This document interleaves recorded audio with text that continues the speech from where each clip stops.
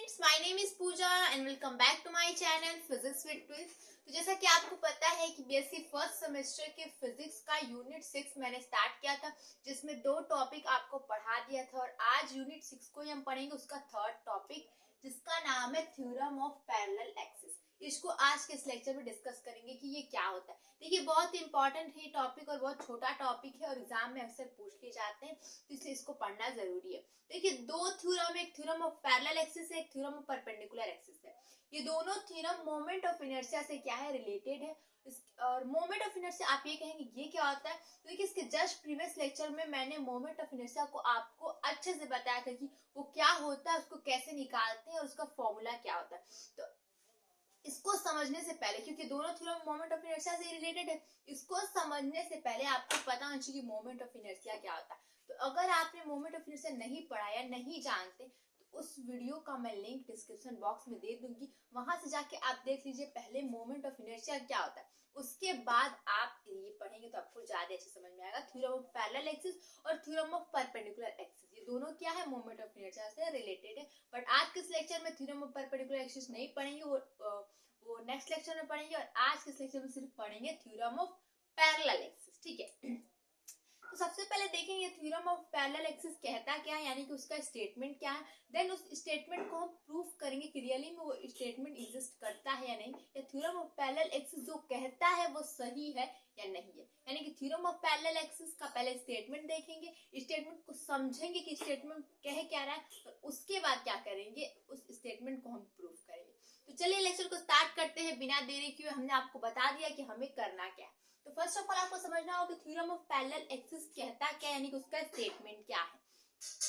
तो देखिए, उसको समझने के पहले आपको एक बॉडी लेनी पड़ेगी। मैंने मान लिया कि मैंने एक ये बॉडी लिया है, जो बॉडी किसी भी शेप का है। ठीक है, आप किसी भी शेप का क्या करेंगे, बॉडी लेंगे। ठीक है, मैंने इस शेप का ले लिया है। ठीक है, थ्योरम ऑफ पैरेलल एक्सिस का पहले स्टेटमेंट समझ लें। किसी भी शेप का हमने एक बॉडी ले लिया है जिसका मास m है, यानी कि इसका द्रव्यमान क्या है, m है इस बॉडी का। ठीक है, और हमने मान लिया है कि इस पे क्या क्या एक्सिस ड्रॉ कर लिया है। ठीक है, एक्सिस ए भी ड्रॉ कर लिया है, और इस जो ये बॉडी है, इस बॉडी का हमें मोमेंट ऑफ इनर्शिया निकालना है। तो आप कहेंगे कि मोमेंट ऑफ इनर्शिया इस बॉडी का निकालना है, तो हमने एक्सिस की ड्रॉ की। तो मैं ये बता दूं कि किसी भी बॉडी का अगर आपको मोमेंट ऑफ इनर्शिया निकालना है, तो फर्स्ट ऑफ ऑल उस बॉडी पे आप एक एक्सिस ड्रॉ करते हैं, और उस एक्सिस के अबाउट उस बॉडी का हमें क्या निकालना रहता है, मोमेंट ऑफ इनर्शिया निकालता है। यानी कि मोमेंट ऑफ इनर्शिया निकालने के लिए हमें एक एक्सिस की जरूरत पड़ती है। यानी किसी बॉडी का मोमेंट ऑफ इनर्शिया निकालनी है, फर्स्ट ऑफ ऑल हम क्या करेंगे, उस बॉडी एक एक्सिस ड्रॉ करेंगे, और उस एक्सिस के अबाउट ही हम उस बॉडी का मोमेंट ऑफ इनर्शिया निकाल सकते हैं। तो इस बॉडी का हमें मोमेंट ऑफ इनर्शिया निकालना है, तो फर्स्ट ऑफ ऑल हमने क्या किया कि इस पे एक एक्सिस ड्रॉ कर लिए ए बी, और इस ए बी के अबाउट ही, यानी कि इस ए बी के द्वारा ही हम इस बॉडी का जो कि मास m का है, इसका हमें मोमेंट ऑफ इनर्शिया निकालना है। ठीक है, ये थ्योरम ऑफ पैरेलल एक्सिस क्या कहता है वो देखेंगे।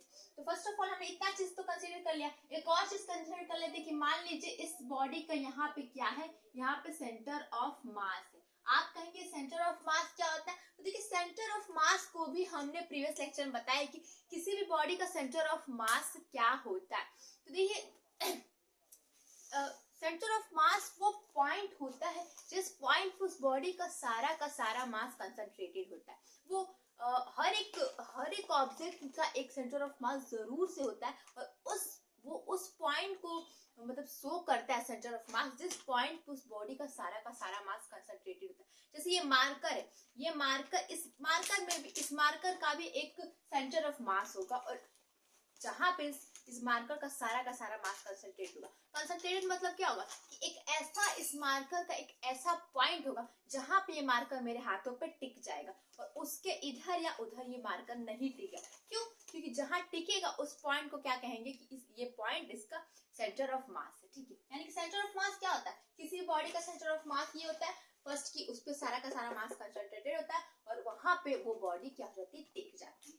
तो हमने क्या माना है, हमने माना है कि एक ये बॉडी है जो मास इसका m है, और यहाँ पे एक मैंने एक एक्सिस ड्रॉ किया। क्यों एक्सिस ड्रॉ किया? क्योंकि इस एक्सिस के अबाउट ही इस बॉडी का हमें मोमेंट ऑफ इनर्शिया निकालना है, और यहाँ पे मैंने एक सेंटर ऑफ मास मान लिया, और माना कि सेंटर ऑफ मास से भी मैंने एक क्या कर लिया, एक एक्सिस ड्रॉ कर लिया जो कि किसके पैरेलल है, जो कि पैरेलल है AB की, और इसको हमने क्या मान लिया है, CD मान लिया। ठीक है, तो अगर ऐसी कंडीशन हो, कैसी कंडीशन हो कि हमें ये बॉडी का इस जो बॉडी है उसका हमें मोमेंट ऑफ इनर्शिया निकालना है AB के अबाउट, और यहाँ पे दिया हुआ आपका सेंटर ऑफ मास और उससे भी एक एक्सिस ड्रॉ की गई हो, उस समय जो हमारा मोमेंट ऑफ इनर्शिया निकल के आता है वो क्या आता है, वो आता है moment of inertia about AB is equal to, यानी कि AB के द्वारा होता है moment of inertia about CD plus mass, इस बॉडी का जो मास है, इनटू यहाँ पे मान लीजिए इसके बीच का मैंने डिस्टेंस क्या मान लिया है, A मान लिया। ठीक है,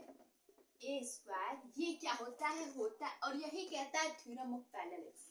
थ्योरम ऑफ पैरेलल एक्सिस कहता है कि अगर ऐसी कंडीशन हो और इस कंडीशन में इस बॉडी का हमें मोमेंट ऑफ इनर्शिया निकालना है अबाउट AB, तो ये जो मोमेंट ऑफ इनर्शिया होता है इतना होता है। ठीक है, कितना होता है ये, यानी कि कह सकते हैं कि according to this theorem the moment of inertia of a body, the moment of inertia of a body about any axis is equal to the sum of moment of inertia about parallel axis through its center of mass and the product of the mass of the body and square distance between both axes।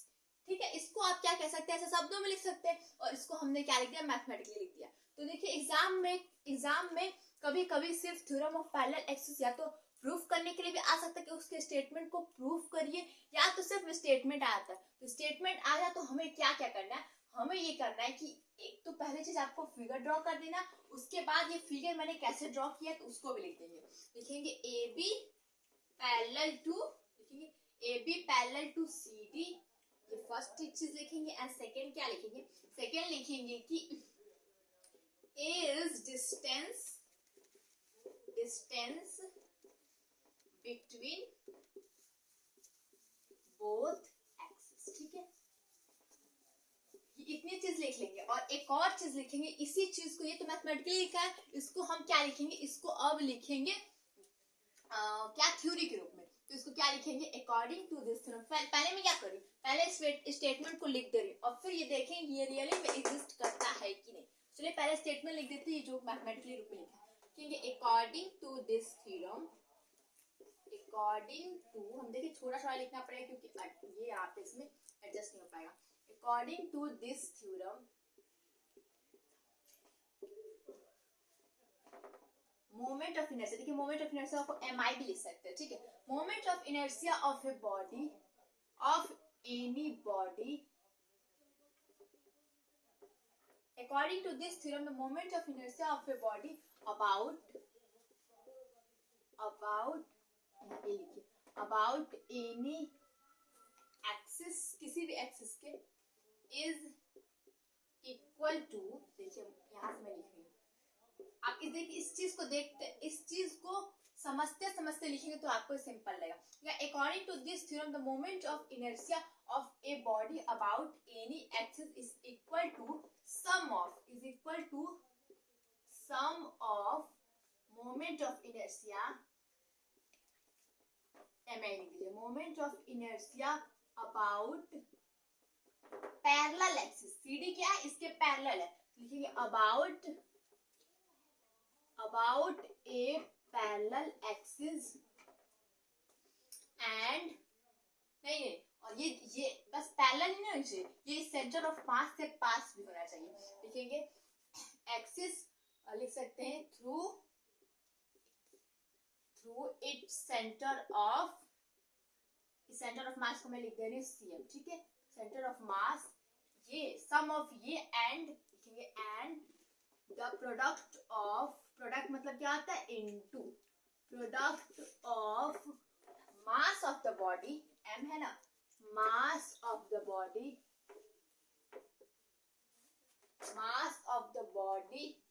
And क्या है, square distance, and square distance between इसके बीच का between two axis, ठीक है। कुछ नहीं, हमने क्या किया, फर्स्ट ऑफ ऑल आपको बताया कि अगर ऐसी सिचुएशन हो कि एक बॉडी हो मास जिसका m हो, उसका हमें मान लीजिए एक किसी भी एक्सिस ए बी के एक्सिस के अबाउट हमें इस बॉडी का centre of moment of inertia निकालना हो, और ऐसी कंडीशन हो कि एक और पैरेलल लाइन हो जो कि इसके सेंटर ऑफ मास से क्या होती हो, जाती हो, और इन दोनों के बीच का डिस्टेंस a हो, तो ऐसी सिचुएशन में इस ए बी के अबाउट इस बॉडी का मोमेंट ऑफ इनर्शिया इतना होता है कि moment of inertia about CD and mass of the body and square distance between both axis, इसका क्या होता है, सम होता है। ये चीज हमने पहले मैथमेटिकली आपको समझा दिया, और आफ्टर मैंने क्या किया, इसको उसके बाद इसको बताया कि इसको कैसे लिख सकते हैं आप अपने शब्दों में। देखिए, आप अगर इसको देख के लिखेंगे तो आराम से इसको लिख लेंगे।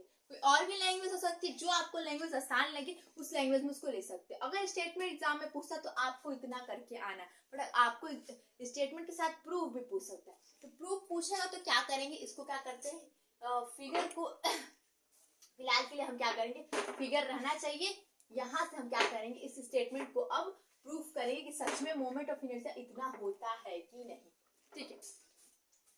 तो क्या करेंगे, देखिए एक काम करते हैं, थ्योरम ऑफ पैरेलल एक्सिस से काम करते हैं, इसको करते हैं इरेज, और यहाँ पे हमें जो लाना है उसको ऊपर लिख देते हैं, ठीक है। हमें लाना है क्या, हमें लाना है कि ए बी के about moment of inertia is equal to CD के about moment of inertia plus m यानी mass of the body and square distance between both axis का प्रोडक्ट, ठीक है। ये मैं भी नहीं रहा, पता नहीं लग रहा है कि बोर्ड को भी ठंडी लग गया। फर्स्ट ऑफ ऑल क्या करेंगे, फर्स्ट ऑफ ऑल आपने जो किया है उसको लिखना पड़ता है, तो लिखेंगे A B parallel to CD axis, ठीक है, हमने इतना पहले किया था। एंड यहाँ पे लिखेंगे A इज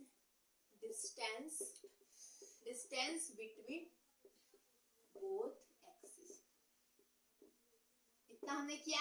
अब हम क्या करेंगे ये हो गया, और स्टेटमेंट आप चाहेंगे तो देखिए यहाँ पे, इसके बाद आप क्या करेंगे, आपको प्रूफ करने के लिए आएगा, जो मैंने स्टेटमेंट यहाँ पे लिखा था उसको लिखेंगे, देन इसके बाद यहाँ पे हम क्या करेंगे, प्रूफ करेंगे। तो दोबारा मैं नहीं लिखूंगी, डायरेक्ट मैं यहाँ पे प्रूफ कर रही हूँ, ठीक है।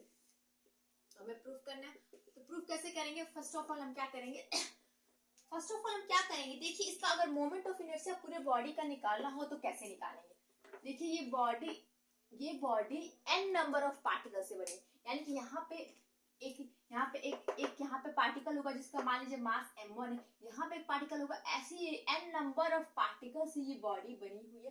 तो अगर इस पूरे बॉडी का मोमेंट ऑफ इनर्शिया निकालना है तो हमारे पास एक आइडिया है कि हम एक नंबर ऑफ पार्टिकल, पहला नंबर ऑफ पार्टिकल, दूसरा नंबर ऑफ पार्टिकल, तीसरा नंबर ऑफ पार्टिकल, सारे नंबर ऑफ पार्टिकल का सेंटर ऑफ मास एक निकाल के और सारे को ऐड कर देंगे, पूरी बॉडी का मोमेंट ऑफ इनर्शिया क्या हो जाएगा, निकल जाएगा।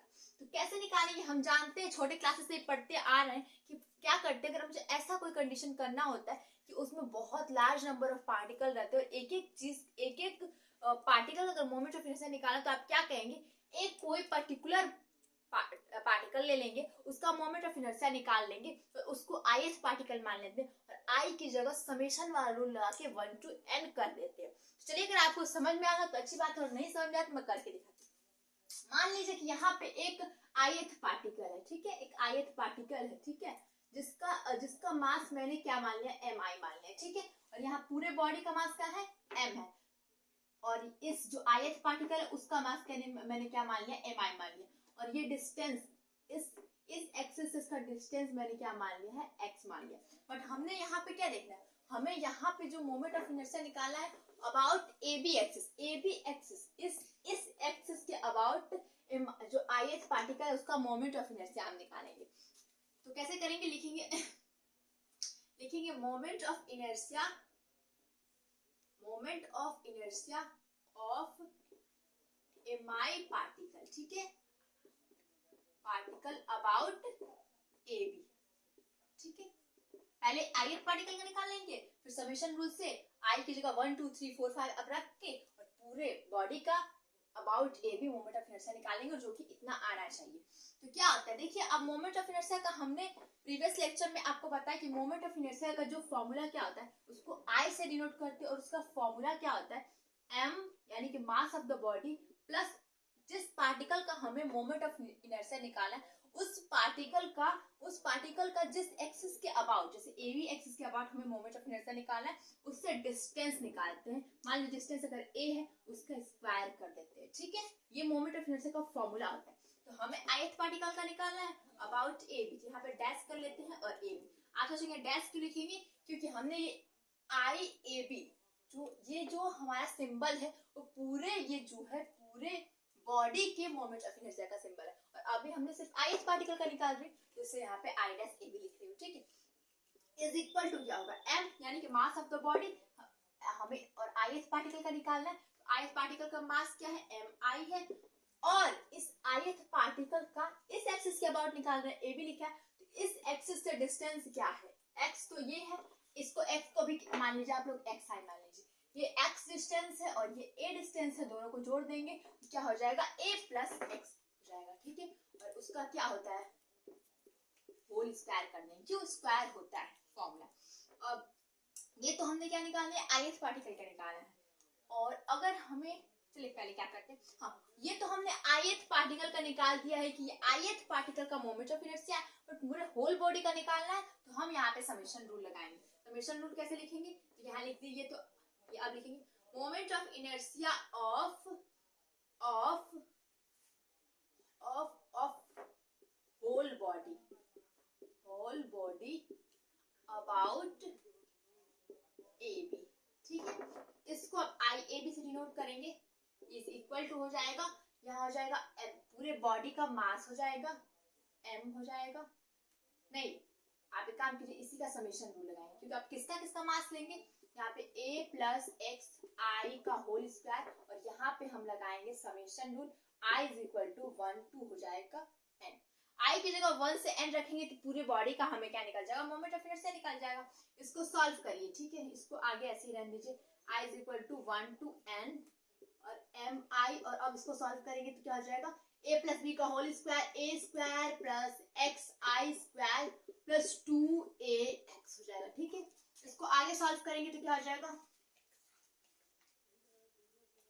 यहाँ पे देखिए एक्स आई होगा, ठीक है, और यहाँ हो जाएगा i इज इक्वल टू 1 2, यहाँ हो जाएगा n और यहाँ पे हो जाएगा, अब क्या करेंगे इनटू कर ले रहे हैं mi a square plus mi x I square plus mi 2ax आई, ठीक है, समझ में आपको आ रहा है। अब थोड़ा सा हमें करना पड़ेगा इरेज, ठीक है, क्योंकि हमारा बोर्ड है तो बहुत ही छोटा।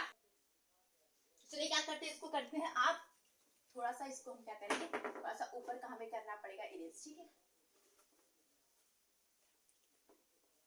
इसको इरेज कर लेते हैं, ठीक है। तो देखिए यहाँ पे ब्रैकेट रहेगा, समेशन सब में है, यहाँ पे देखिए आई ए भी हमने लिखा था पहले, यहाँ पे is equal to summation I is equal to 1 to n, और अब क्या करेंगे एक एक में समेशन अंदर कर लेते हैं, M I A square plus summation I is equal to 1 to n और ये क्या हो जाएगा एम आई एक्स आई का स्क्वायर प्लस क्या हो जाएगा summation M I 2a X I, ठीक है। और क्या करेंगे इसको i is equal to 1 to n लिखेंगे।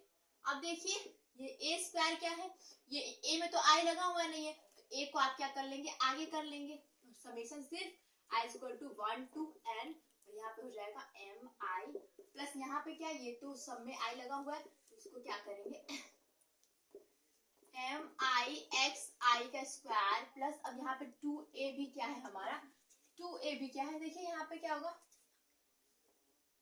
आपको दिख नहीं रहा होगा, ठीक है, थोड़ा सा यहाँ नीचे प्लस कर लेते हैं और समेशन ये वाला मैं चीज लिख रही हूँ i is equal to 1 to n और 2a को बाहर कर लेते हैं और यहाँ पे लिख लेते हैं एम आई एन एक्स, ठीक है, इतना हो चुका है हमारा। अब नीचे को क्या करेंगे, हम नीचे वाले को करेंगे ठीक है।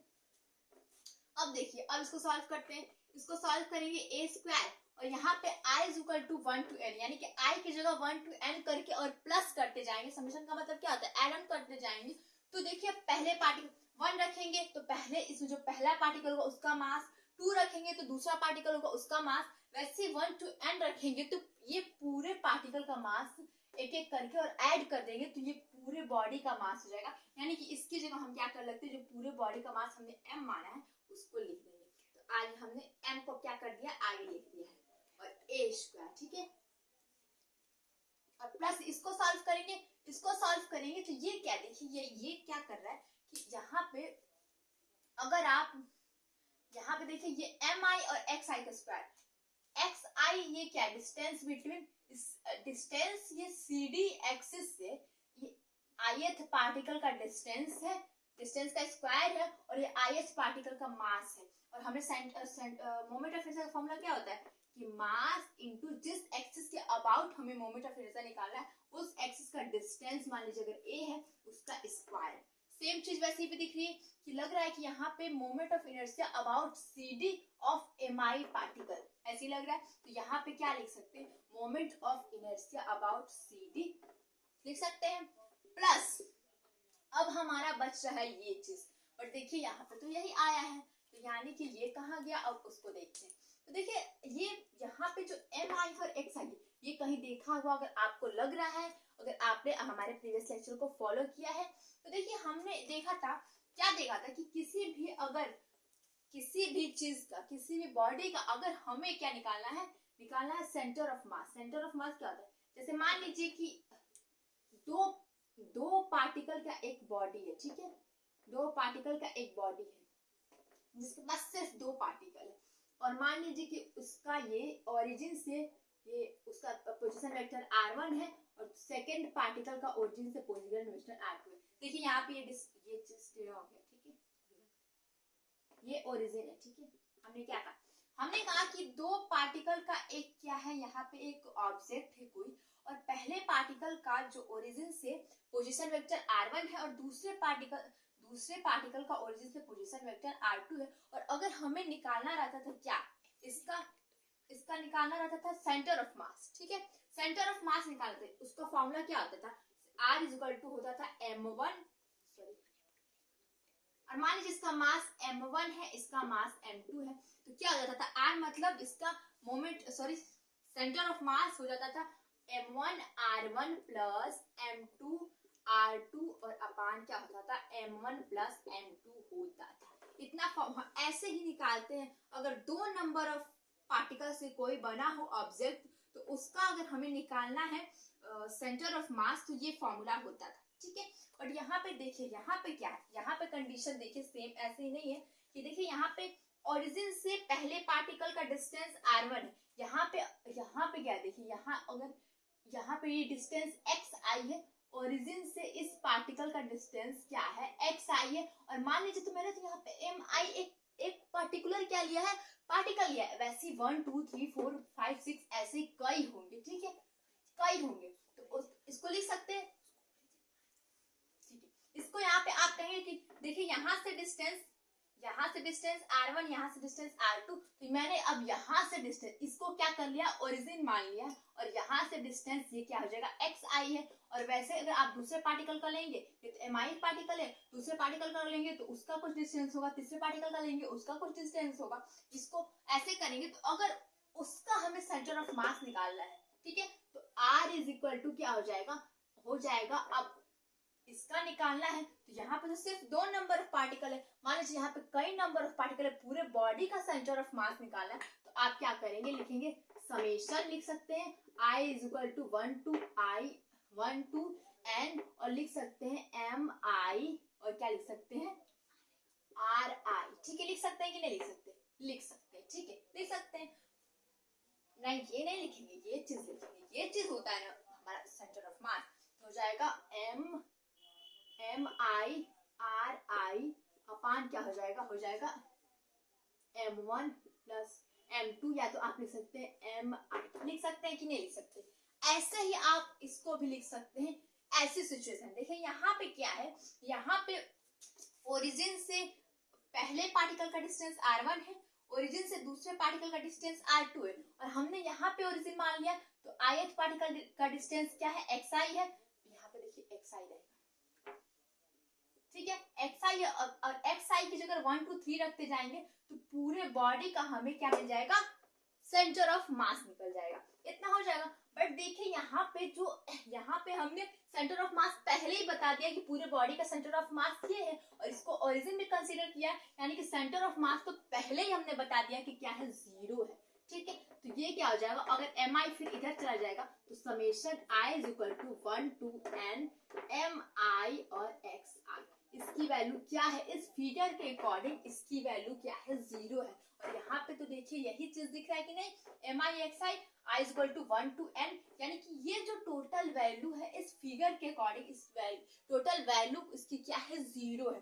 तो हमने तो ये समझाया है, सिर्फ आप ऐसे ही समझ सकते हैं कि यहाँ पे हम क्या करेंगे, अकॉर्डिंग टू फिगर ये वैल्यू पूरी हो जाएगी 2a इंटू 0, यानी कि हो जाएगा ये टोटल 0। तो लास्ट में हमारी वैल्यू क्या बची, about axis moment of inertia is equal to, यहाँ पे मोमेंट ऑफ इनर्शिया ICD लिखेंगे, नहीं ठीक है, MA स्क्वायर प्लस ICD, यही तो हमें क्या करना है, प्रूफ करना है। बस क्या है, ICD यहाँ पे आगे और यहाँ पे MA स्क्वायर क्या है पीछे। तो देखिए यहाँ तक आपको एग्जाम में अगर थ्योरम ऑफ पैरेलल एक्सिस आया तो उसको यहाँ तक आपको लिख के आना है, ठीक है। और वहां पे जो मैंने स्टेटमेंट लिखा उसको भी आपको लिखना है। बट अगर आपको सिर्फ स्टेटमेंट ही पूछा आपके एग्जाम में तो आपको प्रूव नहीं करना, बस ये थ्योरम मैथमेटिकली रूप में लिख देना है और इसी को क्या करना है, आपको शब्दों के रूप में लिख देना है। होप आपको वीडियो अच्छे समझ में आई होगी, हमने अच्छे से बहुत समझाया है आपको कि एक भी चीज यहाँ पे कॉन्सेप्ट क्लियर रहे आपका। यहाँ पे देखिए, यहाँ पे हमने सेंटर ऑफ मास को 0 0 माना था और सेंटर ऑफ मास इसलिए हमने क्या कर दिया था, 0 कर दिया था।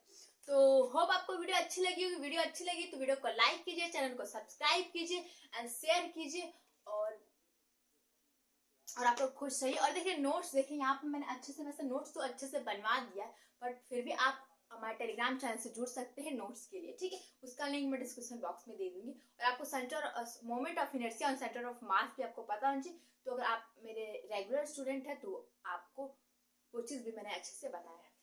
तो चलिए मिलेंगे नेक्स्ट लेक्चर में नेक्स्ट टॉपिक के साथ, और ऐसे ही मजे से सॉल्व करेंगे जैसे आज हमने सॉल्व किया।